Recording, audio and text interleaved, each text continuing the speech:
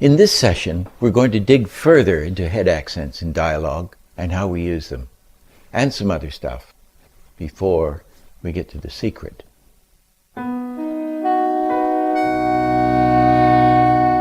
Oh, I just wanted to say, yes, on this hitting accents, Milt Kahl gave 3 lectures at the Union in Hollywood about 15 years ago or something, just when he was quitting the industry.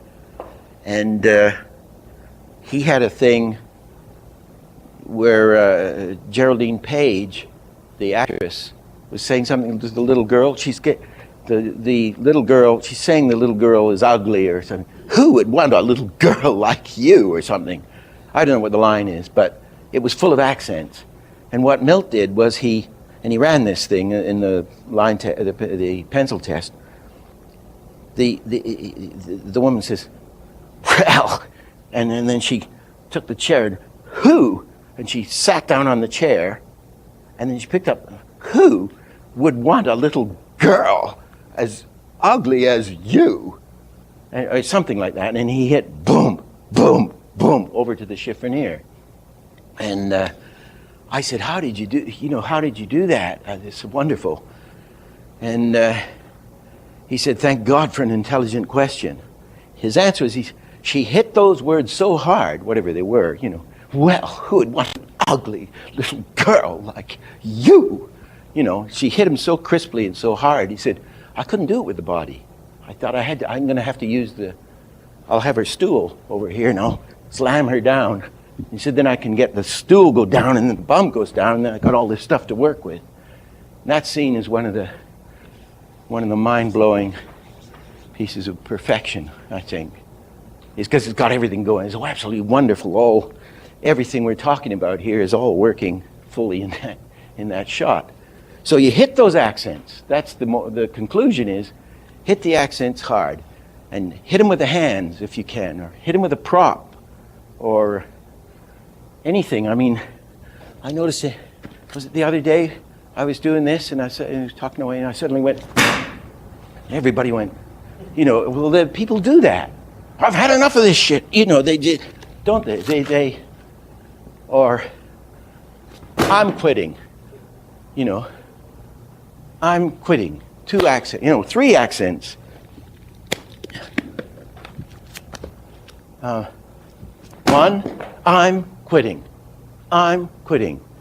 It's not I'm quitting. That is meaningless, isn't it? Ken Harris said, you know that, is it Marvin the Martian? Has a mouth and some sort of a hat and big feet in one of those Bugs Bunny things. He's a black, and he had no mouth. I don't know how he talked. Anyway, something, I can't do it. I'm sure somebody can do that voice. The R32 modulator. That's it. Going to blow up the Earth. That's it. But it's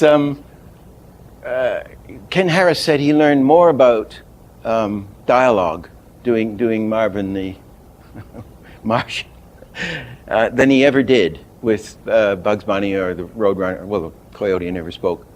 But anything where he had dialogue, he learned more from this because he had to there was no mouth. So you had to get those head accents right? Or body accents. Did he have hand? I think he had a gun or something. I think you're restricted. He was very much restricted to the head. And he said, boy, did I learn about lips, about dialogue. So we're having no mouth. So got to get the head. And Ken, being Warner Brothers, where it's mostly pantomime, that was, I would say, his weakest part, with enormous respect. He just didn't have long dialogue scenes, to work on. So you hit the head, you hit those hand accent. Now there's a very important thing coming up here. But so you just hit whatever you've got. I find for my taste, a lot of the Hollywood stuff, it's too much, Well, it becomes corny. Well, at last you've come home, or it's working too hard. So you can do an awful lot with, well, at last you've come home. or last you've come home. You know, you can do an awful lot of much better acting with it.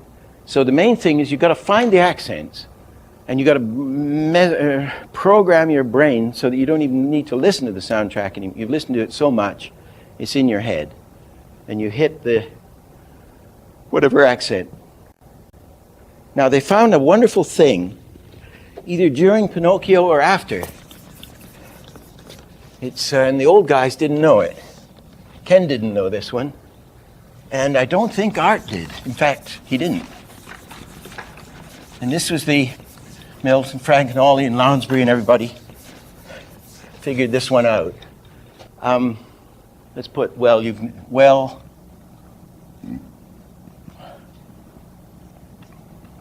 at last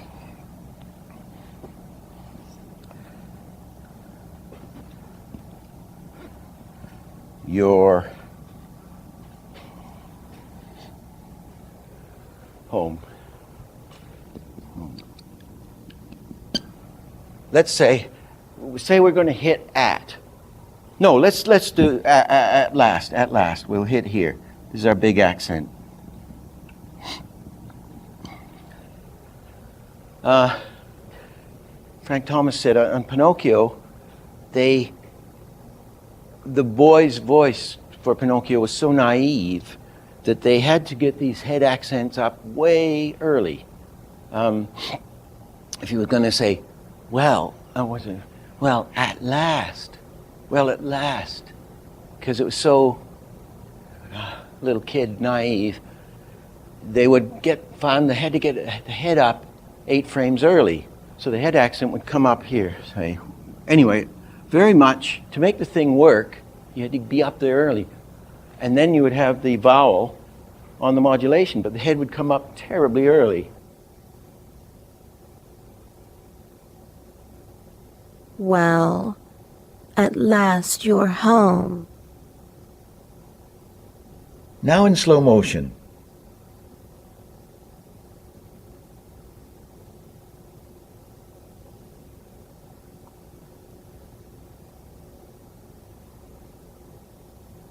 The head is up 4 frames ahead of the vocal accent. The head goes down again to get ready to go up again, to be up 4 frames ahead of the next vocal accent. The head accent goes down 8 frames ahead of the next softer vocal accent, followed by a head accent up as he finishes speaking.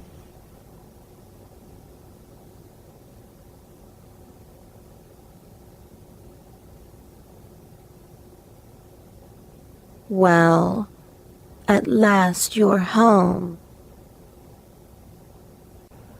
And they found it with working with soundtracks with Bing Crosby, who had this soft voice, you know, everything is woofy, that they had to get any accent out of it, they'd have to get up early. And this led to this discovery that you should have the head accent or accents 3 to 4 frames early. So you're going to hit that accent there. Say we're on 2s, so just kind of 1, 3, 5, 7, 9, 11, 13, 15, 17, 19, 21, 23, 25, etc. They got to hit on that frame. The rule was hit the head accent 3 to 4 frames early. It's a terrific thing. And you get much better action, much more convincing. The guy starts to talk. There's drawing 17. Oh golly, we're going to have to put the mouth modulation on there. But you could hit it on 15, 3 frames ahead, okay? That's 3. And if you were on 1s, then you'd do it 4 frames ahead. However it works out on the chart. It's 3 or 4, whatever's convenient. And I would put the word in front of this, at least. Just insert at least. Where you put that in, at least. But that's their rule of thumb. Hit it 3 or 4 frames early. Is that for all accents or just in this case of Pinocchio? No, all accents. All accents. This is an absolute, this is a all accents. In other words, if we're going, here's the character, and he's saying something here, and he's going to go up and he's going to hit.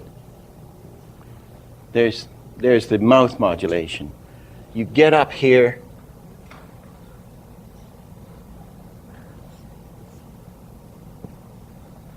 You might, yeah, you get up close. Let's get up. Let's go even further.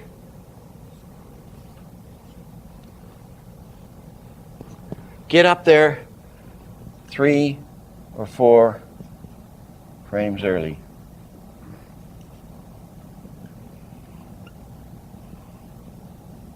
And then mouth action on the modulation.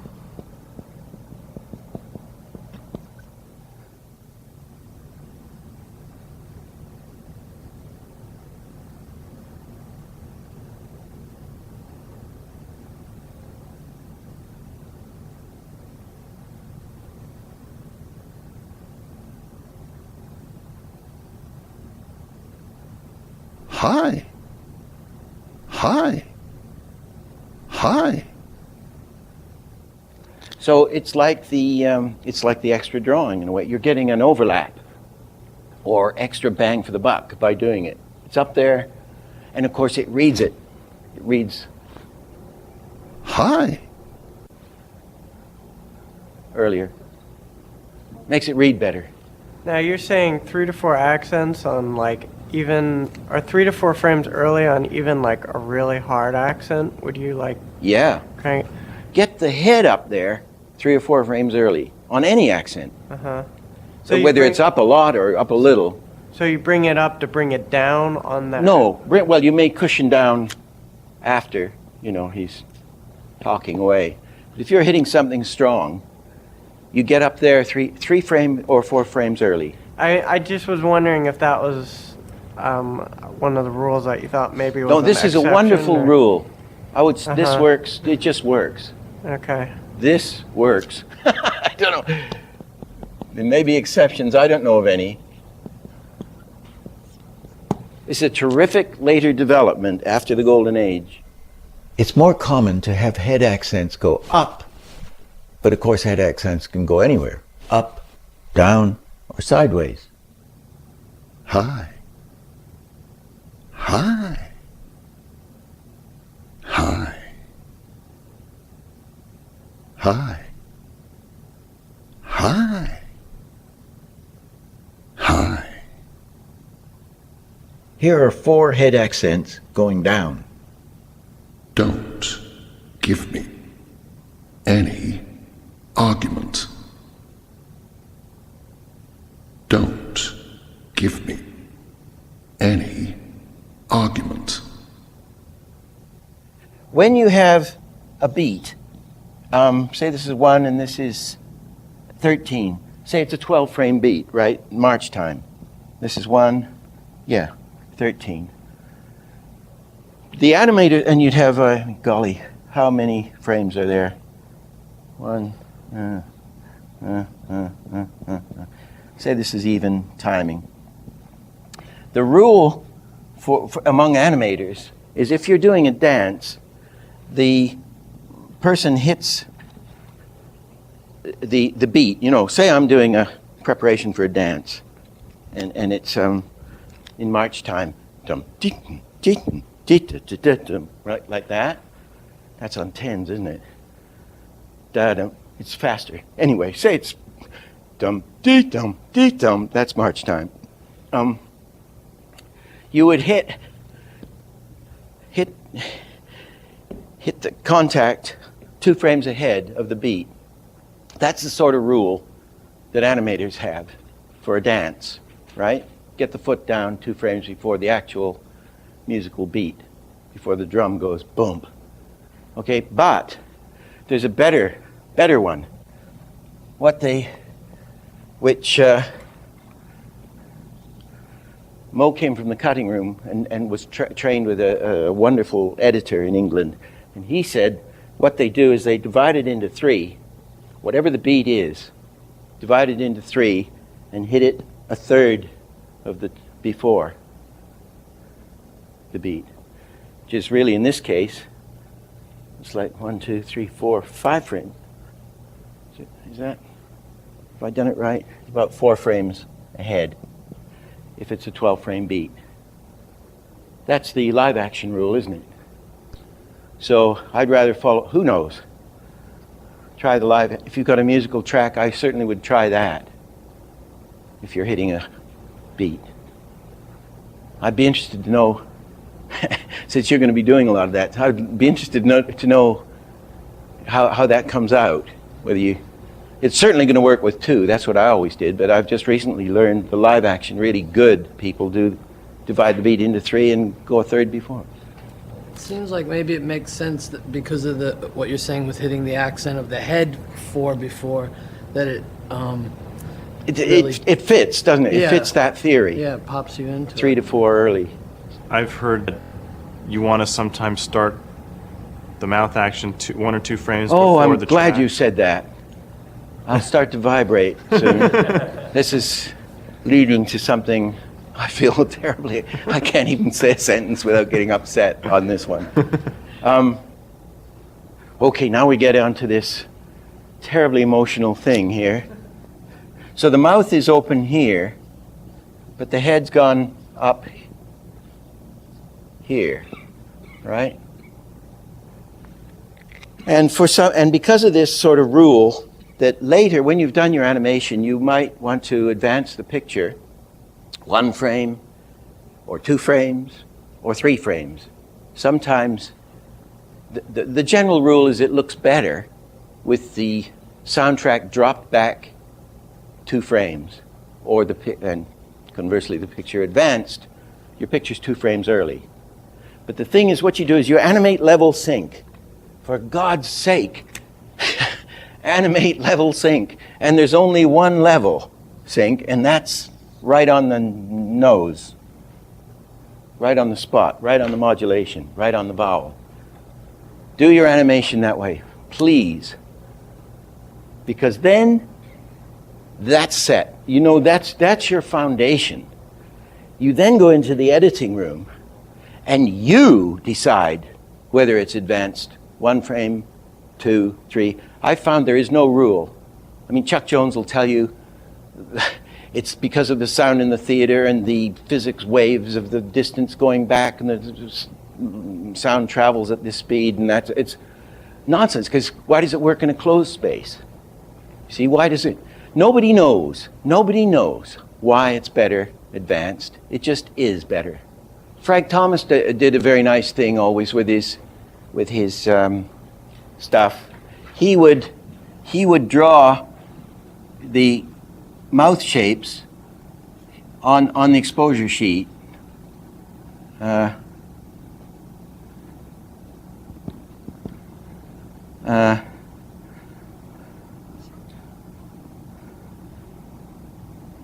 a tongue or something.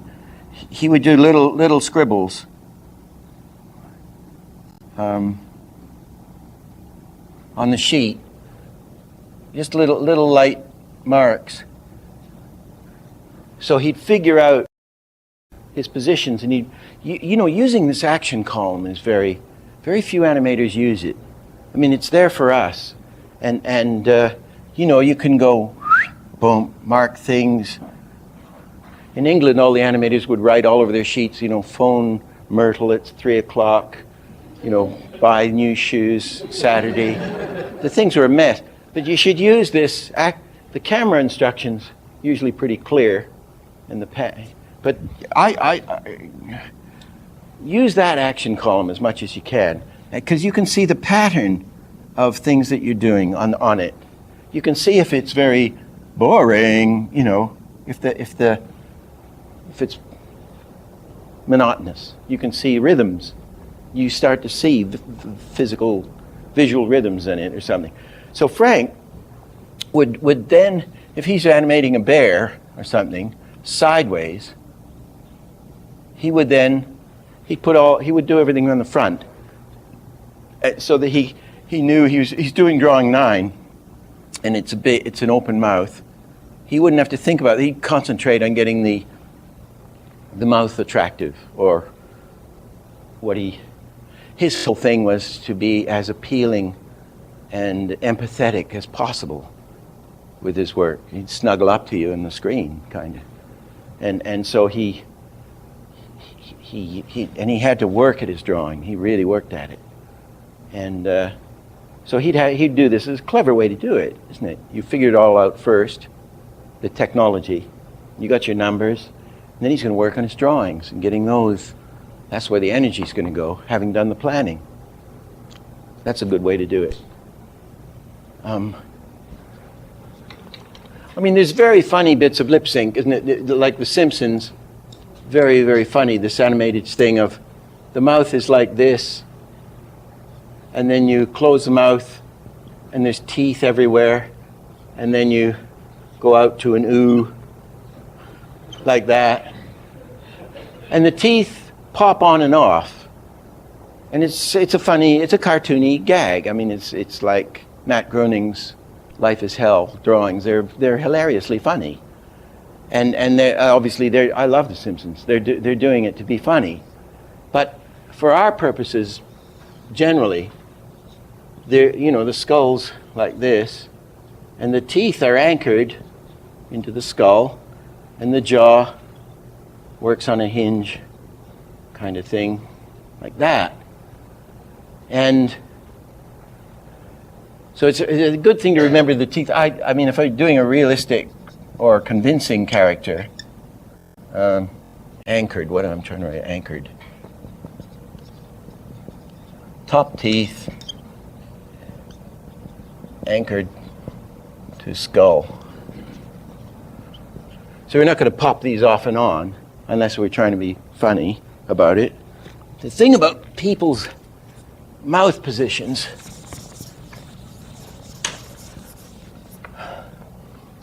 when we talk, there's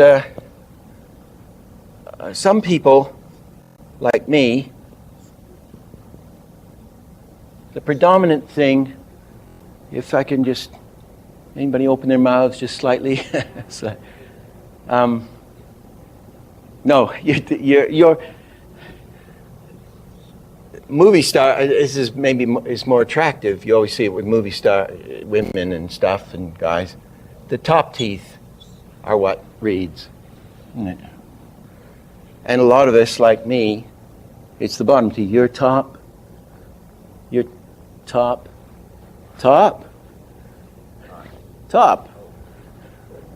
A lot of top teeth here.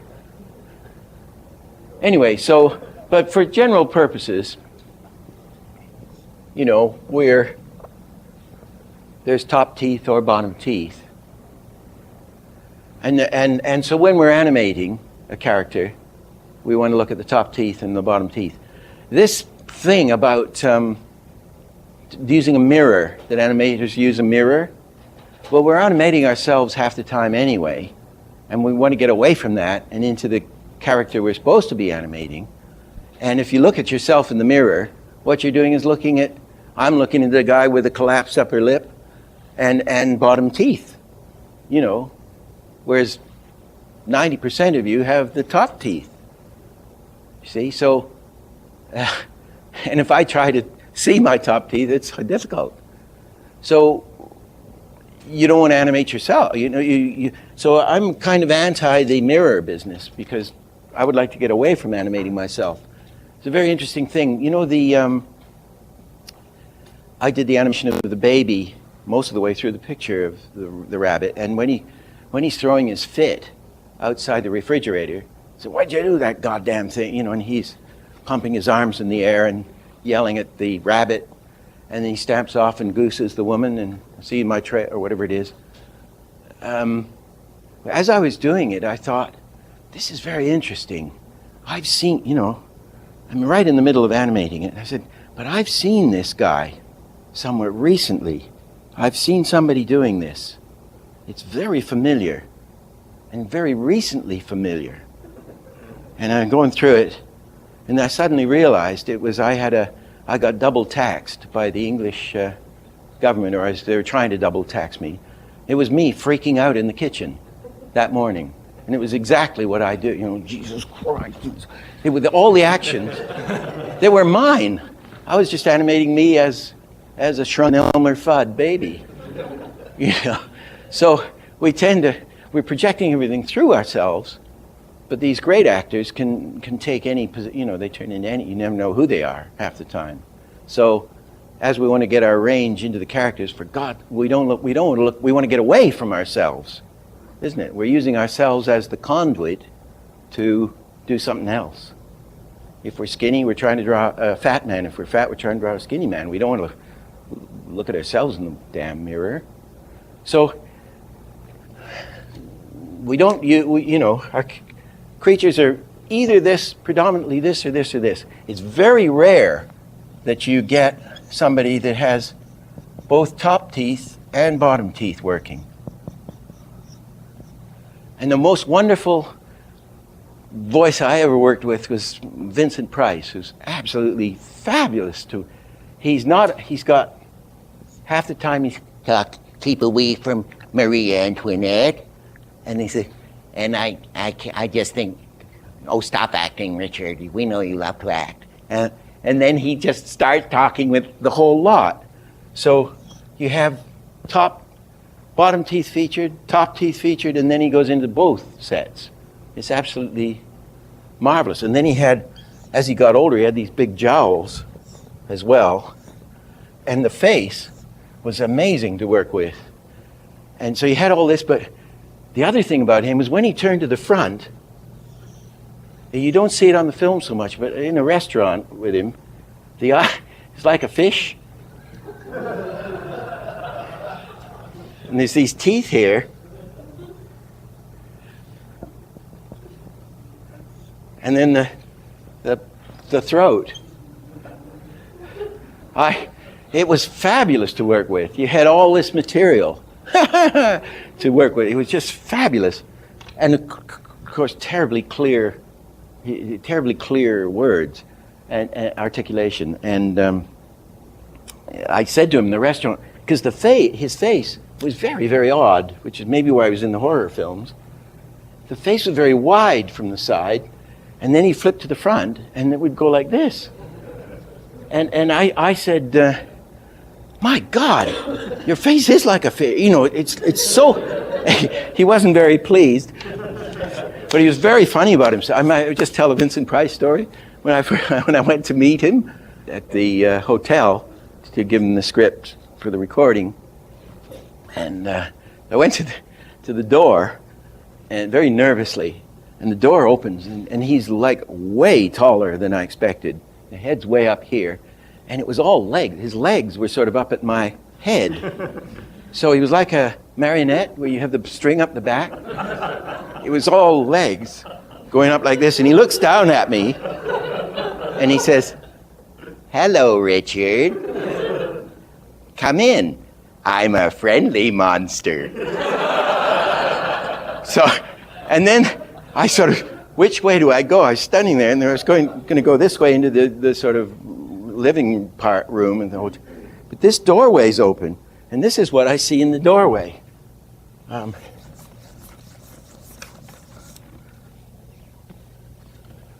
I swear this is true. I'm not exaggerating. There's a bed here, and there's this woman with her legs, putting stockings on her legs like this, and she's dressed on the top. There's clothes on the top, and I think probably panties or something like. I'm not sure. Anyway, she's like this. or hair was up like that. And she says, so he says, friendly monster, and I start, which way do I go, this way or that way? And I started to go this way, and the doorway's here, and she says, tight little ass, very long legs. So it was like a double blow. I sort of and he was like that all the time. They were both hilariously funny. Anyway, he was all like that. He was a marvelous guy, and wasn't interested in money. And I paid him well, but I mean, he didn't give a damn, and he was just a terrific ham. He said, I'm 100% pure ham. I'll just, and so you could do anything. He'd try stuff. And the reason he had that amazing voice was he had this very large throat. He was at the dentist, and the dentist said, my God, you've got a throat, a larynx twice the size of anybody I've ever seen. So that would give it this, I can't do it, but this deep thing.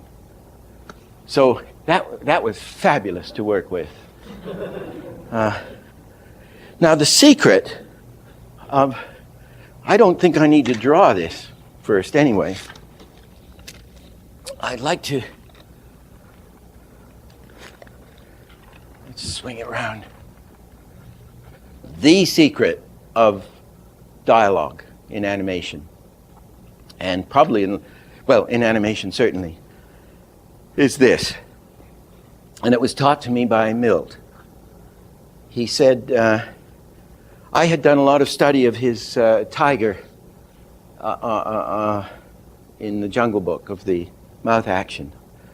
And I went to his house, and this is again when this is before we went down to the Mexican restaurant. And it's up with all the old showbiz people. And I was talking to him, I said, gee, God, I saw this mouth action, you know, this tremendous command that you have of the dialogue. And he's saying, oh, yeah. And I said, is there any real secret? He says, I'll say there is. You want to learn you want a lesson? You want the lesson, Dick? I'll give you the lesson. Here's the lesson. He said, you know that guy Jim Henson with that little frog? What is it? This is when Henson was alive. This is 25 years ago or something. And the Muppets were a big hit. And he said, with that Kermit the Frog, that little thing, he said, he's a genius because he understands what no puppeteers did before. You see Kukla, Fran, and Ollie used to be on the television in the 40s, 50s. Rubbish. He says, and it's all like, what's that stuff they have in England where one hits the other? Punch and Judy. And they all go, and it never works. And he said, and they just stand there and they go, blah, blah, blah, blah, blah. It doesn't function. And he says, here's Jim Henson. He hasn't got a third of the materials to work with that we have, with these goddamn lazy animators we've got, you know. He says, and he's doing a better job of lip action in his rough way than we are. Now why? He said, I learned the secret when I was doing Song of the South. And I had the fox is going to skin the rabbit alive, or he's threatening the rabbit. And he says, he does this. He says, I didn't move the mouth. It's let me draw it here. He says, I've got this fox, and he's here, and the mouth is, the teeth are like that,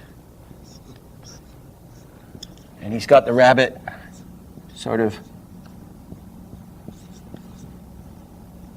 on the end of a pole. I think he's got him tied up or something, and he's got his, I don't know how his hands are, he's pushing the rabbit, maybe he's pushing into a fire or what. He said, what I did was this. I'm going to skin you alive. He said, I hardly moved the upper lip. It's just teeth. I'm going to skin you alive. So he said, it's obviously not in the lip action, because I'm going to skin you alive. He said, the secret, Dick, is progress the action. Go somewhere.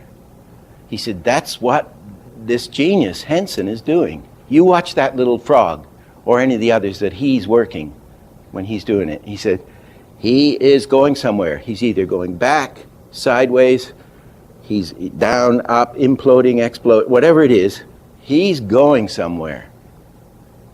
Right? And he says, and somehow the lip, just the opening and closing, he somehow gets it pretty good. And he says, we can't, our lazy guys, they don't know this. Progress the action.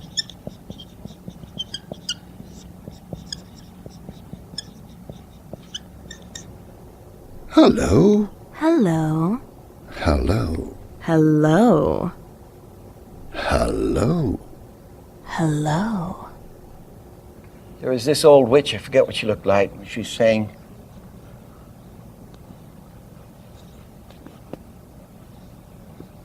she had her hands something like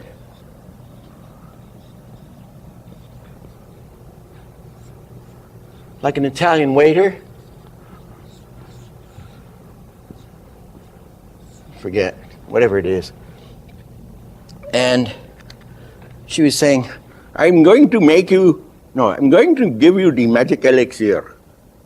Something like that. It was a sort of Indian voice. I'm going to give you the magic elixir. And I had rather nice animation on the hands. I'm going to give you the elixir. It was pretty good. And Art Babbitt came in, and I showed it to him. And he said, yeah, it's nice. He says, but Dick, you're twinning the hands. I said, twinning the hands? He said, yeah, they're going at the same time. He said, I hate twinning. Why don't you take the same drawings, just one of the hands, and delay it 4 frames. Four frames. Delay. And I said, what do you mean, reanimate it? He said, no, it's the same action. Just print it and stick it and paste it on the drawings. So that you're going to get this. So I did, and boy, it was a lot better. I'm going to give you the elixir. So it's already much more interesting. And then Ken Harris said, when he saw it, he said, well, that's okay, that's good, but he said, why don't you progress it? And I said, whoops, that's what Milt told me was the secret. He said, oh yeah, well, I always try to progress it. And I said, well, did you know, Milt says it's nobody does. And he says, well, they were similar, Ken and Milt, in a way. Anyway, I then took all the drawings, Xeroxed the new setup, and I progressed the drawings across the page. Leaned forward. So suddenly you got, I'm going to give you the elixir. You see? Same animation, but progressed. I'm going to give you the elixir. I'm going to give you the elixir. It's immediately transformed. So the whole thing, again, the lip action is the least important thing, isn't it? Progress it. And that was a smooth, I'm going to skin you alive, or I'm going to give you the elixir, is a slow progression. But you can have all kinds of progressions. Just progress it somewhere, and you're in business. There's just apropos of symmetry. Most guys don't like, this Hollywood thing of hi there. It's kind of terrible to see things happening just like that all the time, and people get a prejudice against symmetry. When you do I often go to a life drawing class, and there's a woman standing there just waiting for the class. She's standing there nude, waiting for the first pose, and she's standing there in perfect symmetry, just waiting like this, and it looks absolutely beautiful. And somebody says, well, what'll the first pose be? And then somebody will say, well, it's a bit symmetrical. And the woman will say, oh, is it? Oh, well, I was just standing here. And he said, can you lift up one arm? Okay. She lifts up one arm and said, well, that doesn't look too good. Can you turn the head? So, well, that doesn't look too. Maybe if you move the foot. And of course, all this is dead. What she was doing was standing in a natural symmetrical pose, which is beautiful, right? So they screwed it up right away. Because of this insane, somebody must have written a book somewhere in 1900 or 1899 saying symmetry is bad. It's rubbish. Symmetry is, and for acting, we use symmetry when, look at me, I'm starting to lay down the law here. Whenever I'm going authoritative on you, you'll notice that I'm twinning. I've got a problem with authority, and I don't want to be one.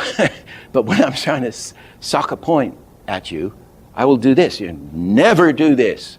Always do this. If you see a preacher, any of these guys on Southern Baptists or whatever they are, the TV, when they're talking about, I saw a guy giving a sermon, and it was, you will rise to heaven, and you will, if you do not do this, you will go down, down, down, down, down.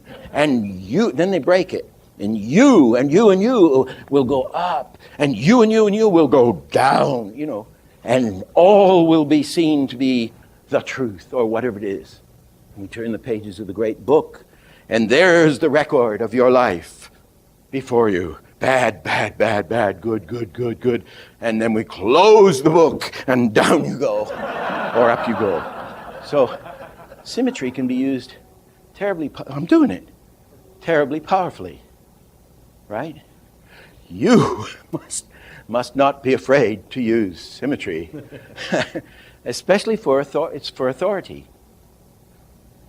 Somebody in the break asked me, which is a very good question about lip action. What do you do when somebody's talking very, very, very fast? I can't do it. I'm not the pheasant plucker. I'm the pheasant plucker's son, busy plucking feathers till the pheasant plucker comes. They're saying very, very fast, right? If it's the same thing, you would still hit. I'm not the pheasant plucker. I'm not whatever the accents you can get, you'd hit those, and you'd have to be on ones for us graphic animators. You'd have to be on ones, obviously. But you still want to follow the same rules of hitting just the main things, fortune, because it'll just look like a bee squirming around on the mouth. Otherwise, you want to get it and follow. It's just exactly the same principles of hitting the accents and everything, and phrasing it and progressing it, and you're just doing it faster.